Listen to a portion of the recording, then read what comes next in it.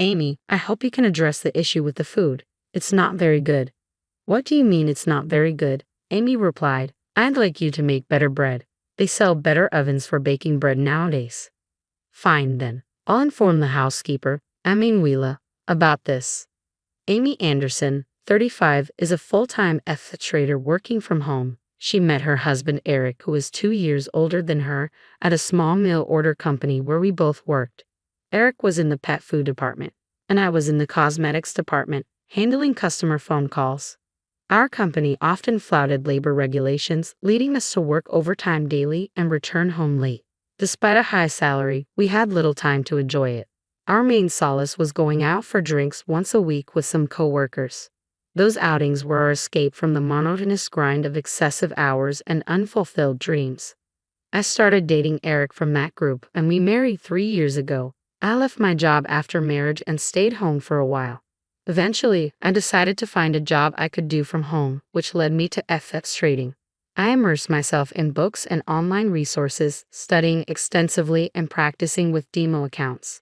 Over time, I developed my own trading style and began earning a steady income.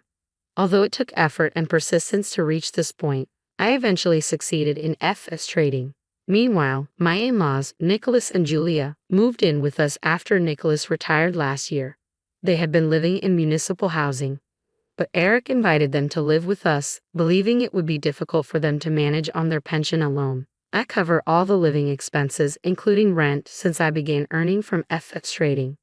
Eric reassured his parents, saying, Amy will take care of the living expenses, so you can do whatever you like. Thank you, Amy, Nicholas and Julia said. That's very kind of you. Thus began our life together with Eric's parents. I don't handle household chores myself. Emanuela, our housekeeper, takes care of everything. Her excellent cooking and efficient management of household tasks have been invaluable, allowing me to focus on studying FX trading and writing about it. However, Nicholas and Julia haven't always been pleased. Initially polite and grateful, their attitude changed after a couple of months.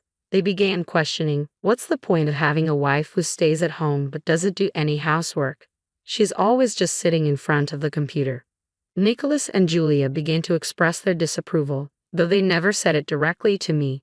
Instead, they seemed to be constantly complaining to Eric, insinuating that my work in forex trading was no better than gambling and that I wasn't contributing productively to the household. With the burden of rent and living expenses lifted, Eric started spending his salary more extravagantly. He embraced high fashion, opting for custom-made suits, designer bags, and luxury shoes. His newfound enthusiasm for fashion made him visibly happier, and he had no complaints about his financial situation. Eric shielded me from his parents' criticisms about my forex trading, but lately his attitude shifted. Hey Amy, you're always just sitting in front of the computer. You don't wear makeup and only wear sweatshirts. Isn't that a bit plain and dreary? Eric said one day. Do I really need to put on makeup and dress up when I'm just staying at home? I replied. Well, that may be fine for you, but it's not good enough for me, he retorted. Wait a minute. Are you saying that just because I'm not dressing up, I'm not good enough for you? I asked, bewildered. Exactly, he said.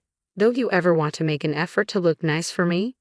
Are you saying I need to dress up for you to find me attractive? I was stunned. Since that conversation, Eric began to complain to Nicholas and Julia about me. One evening, after dinner, as I was heading to the bathroom, I overheard their murmurs. As I listened from the hallway, I overheard Nicholas and Julia's conversation in the living room. Amy, what's her problem? Nicholas grumbled. She always seems to look down on us. She does make us feel inferior, Julia agreed. She probably thinks we're poor just because we lived in municipal housing. Exactly, Nicholas said. Her refusal to do any of the housework seems like her way of showing she's different from us. She's just gambling to make money and acts so superior about it. Anyone can do FX trading, Julia added with disdain. Amy just studied a bit and now makes $80,000 a month. I could do it too. You're right, Nicholas replied. It's not that impressive. She's just bossy and arrogant about her so-called success. It's not even like she's working hard for it. I wonder who she thinks she is, Julia said. She's not even that attractive. Meanwhile, Eric and I used to have breakfast together every morning before he left for work, as it was a cherished part of our daily routine. Since Eric still works at the same company where we met, he comes home quite late. We both value that breakfast time, but lately Eric has been skipping it, saying, "Just eat breakfast on the way." Julia noticed Eric's new attitude and remarked, "Eric must be getting tired of you since you're not fulfilling your duties as a wife." "That's what you get, Amy." Her tone was dripping with sarcasm. "What do you mean by duties as a wife, Julia?" I asked. "If you're referring to household chores, Emanuela handles them perfectly. The notion of duties is outdated." "Outdated," Julia retorted. "We value traditional customs in our family. Your grandmother-in-law used to enforce discipline quite strictly." "Discipline? Isn't it enough that the household chores are being done? I'm paying Emanuela well for her work," I replied. "Do you think this is just about money?" Julia snapped. "Just because you cover all our living expenses doesn't mean you can be bossy and arrogant." Julia seemed to be spending a lot of time socializing with people in our apartment building now that she didn't have to worry about her living expenses. I often saw her carrying expensive designer bags. Nicholas, too, was using his pension on his golf hobby with new golf clubs and a golf bag always at the door. I was responsible for covering their rent and living expenses, and I couldn't understand their behavior or attitude toward me. Despite my frustrations, I tolerated their presence since they had nowhere else to go. About a month after Eric stopped having breakfast with me, his business trips increased. He mentioned that he was leading the launch of a new department at his company, which involved importing LEDs from Korea. His trips to Korea became more frequent. That weekend, while Eric was away on another business trip to Korea, I decided to have dinner with Lily, a school friend, at a fancy Italian restaurant. I had been to this restaurant with Eric before, so I was surprised when, during the lunch outing with Lily, I saw Eric, who was supposedly on a business trip to Korea.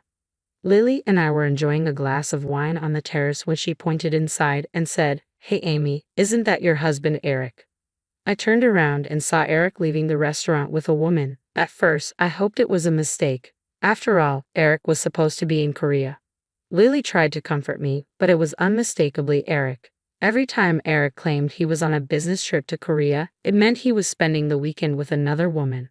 The woman with him was petite, cute, and appeared to be in her early 20s, much younger than Eric, who was 37. I remember Eric once asking me if I wanted him to be attracted to me. Seeing him with someone else confirmed my worst fears. He was definitely cheating. The next day, Monday, I immediately hired a private investigator to look into the affair.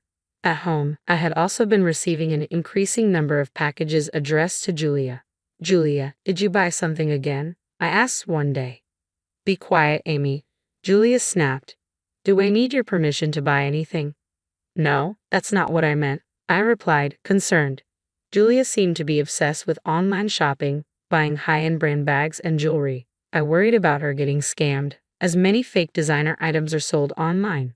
That day, while Eric was at work, Julia entered the room. While I was working, Julia called out, "Hey Amy, I need you to look at something."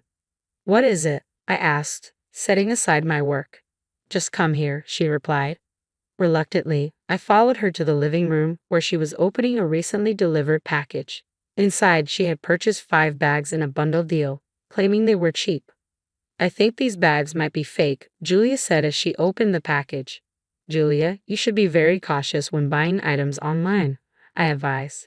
"There's a high risk of getting counterfeit products, especially with high-end brands." I was curious about how much Julia had spent on these bags, given their apparent low quality. "What should I do with these 5 bags?" she asked. "First, I recommend contacting the seller to see if they have a return policy," I suggested. Julia attempted to reach out to the seller, but she encountered difficulties. She couldn't find a phone number or any contact information at first. When she eventually found a number and called it, she was told it was no longer in use. Julia had spent a total of $5,000 on these fake bags. The mail order site looked legitimate at first glance, but the bags were listed at an unusually low price. Julia had paid via bank transfer, which meant she couldn't stop the transaction through a credit card dispute.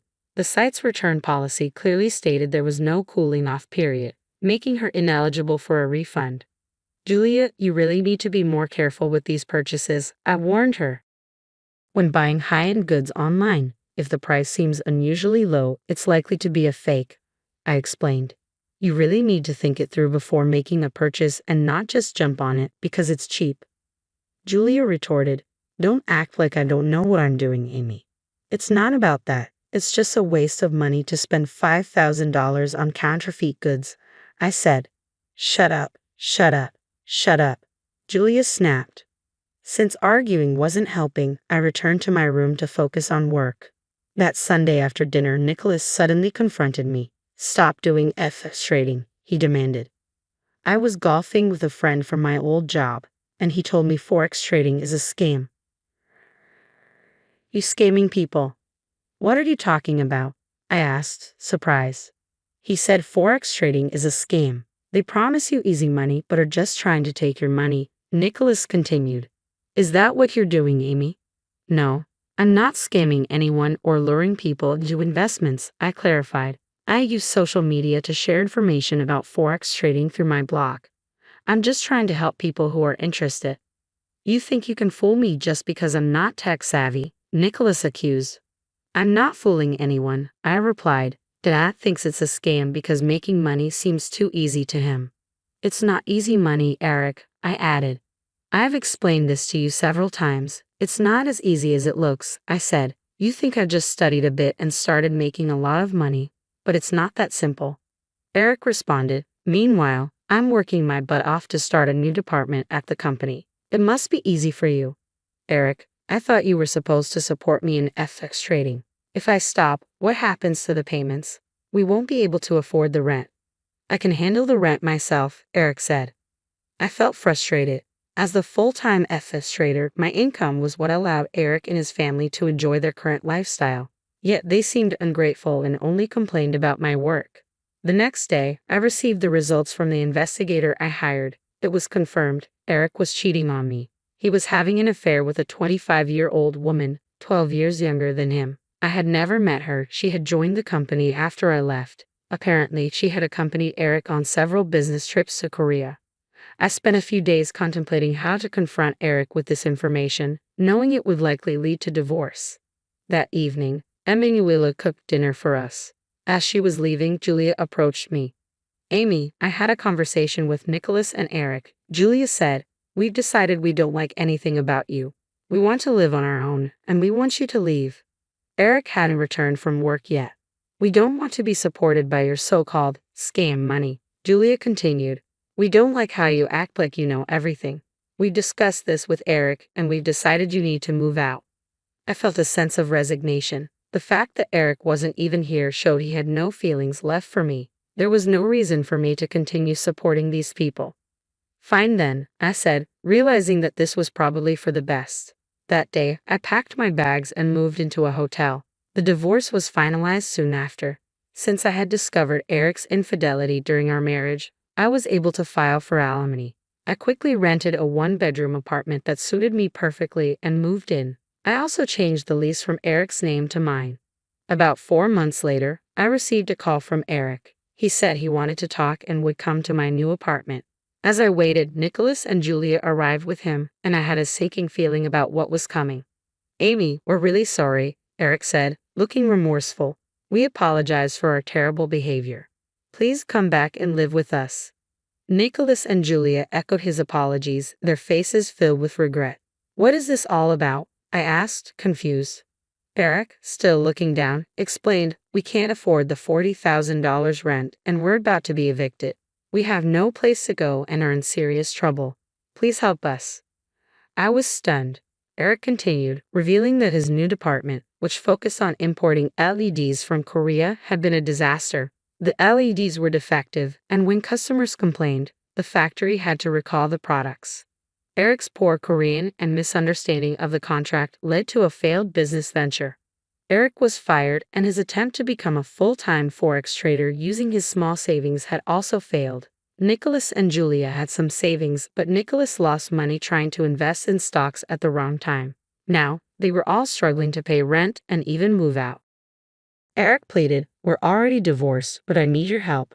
My girlfriend, the one 12 years younger, disappeared when I lost my job. I have no one else. Please let's get remarried and start over. Julia added, we realize we were wrong. I'm truly sorry for calling you a scammer and for everything else. Please give us another chance. No way, Eric, I replied firmly. Don't say that. I'm sorry, I'll never cheat again, Eric insisted. Yes, we'll be a family again, Julia chimed in. I will not do that, I said resolutely. If you don't leave, I will call the police. Despite their pleas, I stood my ground. When they finally left, I felt a mix of disbelief and relief. Eric called me twice after that, asking for reconciliation, but I refused each time. I had no interest in knowing or caring about their lives anymore. After spending so much time alone, focusing on my work as a trader, I felt ready to start dating again. I mentioned this to my friend Lily, and she offered to introduce me to someone. I'm looking forward to meeting her friend tomorrow and excited about this new beginning.